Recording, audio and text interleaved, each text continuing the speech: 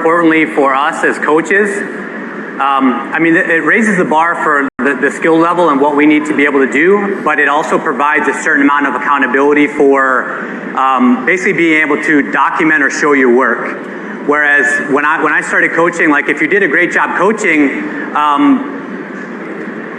no one could really tell what you were doing or what you weren't doing. So it was just based on like, hey, do the players like you, and did we score some runs?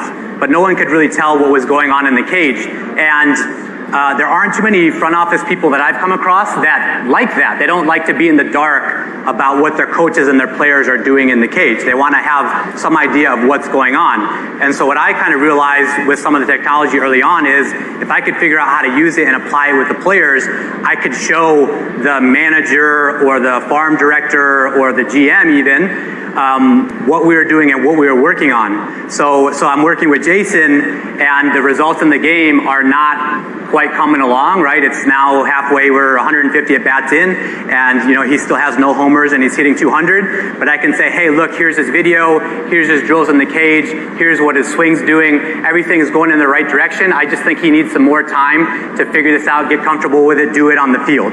That's a big part of player development, like knowing when to kind of stick with the plan that you're on and stick with the process, and when to kind of like change direction and make an adjustment. And so a lot of times if you figure out how to use the technology well, it kind of gives you some reasons or some data to like back up your decisions. A lot of times we say, hey, well, I think this or I think that.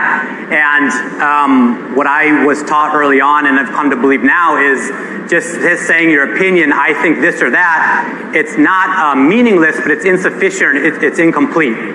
Now in today's game or in my world, you have to be able to say, I think Jason needs to do this, but the part that needs to add on to that is because X, Y, Z, because his bat speed is this, because his launch angle is this, because his contact rate is this, because his swing and miss rate is here. He needs to work on his swing plane to make higher contact because his whiff rate in the game is too high.